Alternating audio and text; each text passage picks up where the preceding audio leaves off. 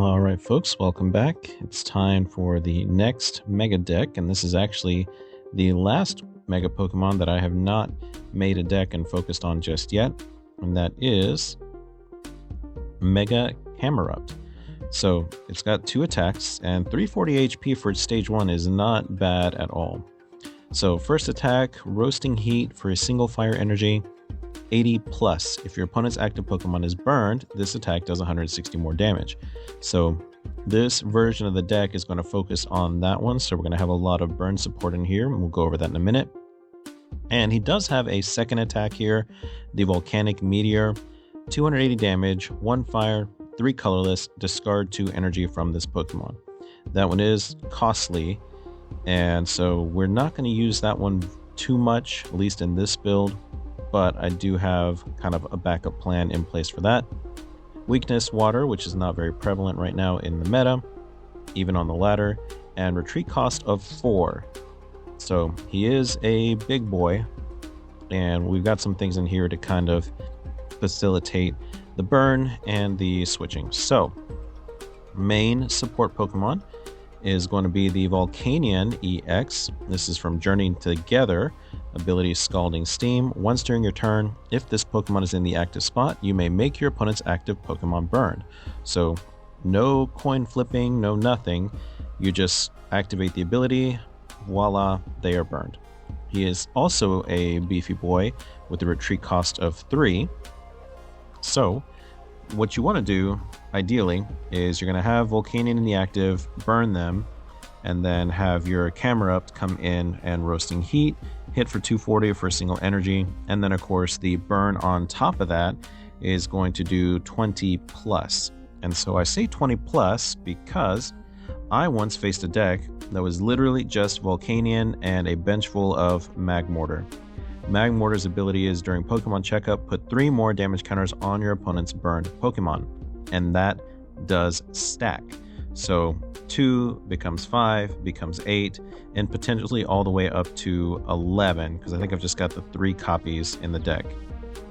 So these guys are just bench sitters to do even more burn damage. So now that 240 becomes 260, becomes 290, could potentially become 320 from just a single turn of the Roasting Heat and burn damage. And of course, at checkup, after they've taken the burn damage, they flip a coin. If it's heads, they're no longer burned. If it's tails, they continue to be burned, which forces them to make a choice. You know, do they keep it in the active? Do they need to evolve? Do they retreat it to the bench, etc.? And like I said, most of the deck is based on retreating and putting new things in the active because you want to attack on the same turn they burn, because there's no guarantee that they're still going to be burned by the next turn. So you have Skyliner in place, Latias EX, so that your basic Pokemon in play have no retreat cost. So Volcanion in the active, burn, free retreat, and then Roasting Heat. Now the other things that we have in here, we do have the Precious Trolley. So this lets you get set up.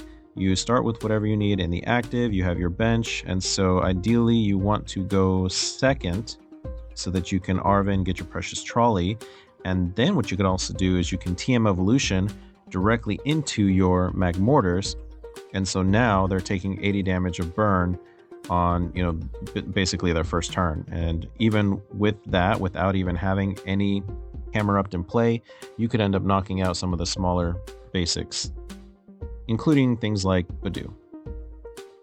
Okay, what else do we got in here? So the main things we have, like I said, we got max copies of Arven, search your deck for an item and a tool. I've also got max copies of Hilda because we are heavily reliant on stage 1s. So Camerupt is a stage 1, Magmortar is a stage 1. So if you don't get the TM evolution, you want to be able to Hilda and make sure that you're evolving at any time that you need to. The other thing I put in here is 3 copies of Turo's Scenario, because this is another way to get your Camerupt out of the active, because Latias Skyliner does not affect it. Neither doesn't affect Magmortar either. So if you get one of the other big boys in the active that doesn't need to be there, Magmortar's got a 2 retreat cost, not as bad, but still, you definitely want to be able to move. And to that end, I've also added in max copies of Switch, max copies of Jet Energy, and then the other energy I've got in here I got a couple of the ignition energy because, like I said, we want to be able to use that second attack if we absolutely need to. If this card is attached to one of your Pokemon, discard it at the end of your turn. As long as this card is attached to a Pokemon, provides 1 colorless energy. If it's attached to an evolution Pokemon, provides 3 colorless energy instead. So this is another way where Camerupt, I could use his second attack, and then, I have to discard 2. This discards itself anyway, so I'm down to just my fire. So you kind of get to use that without really any negative drawback. And also you can use this to retreat either the Magmortar or the Camerupt itself, because it counts for multiple energy when you play it on an evolution. And then the other energy I've got in here is the reversal energy. As long as this card is attached to a Pokemon, it provides colorless energy. If you have more prize cards remaining than your opponent, and this card is attached to an evolution Pokemon that doesn't have a rule box, provides 3 energy, every type of energy, but provides only 3 energy at a time. And the reason I added this in is just a backup attack for Magmortar, the Searing Flame.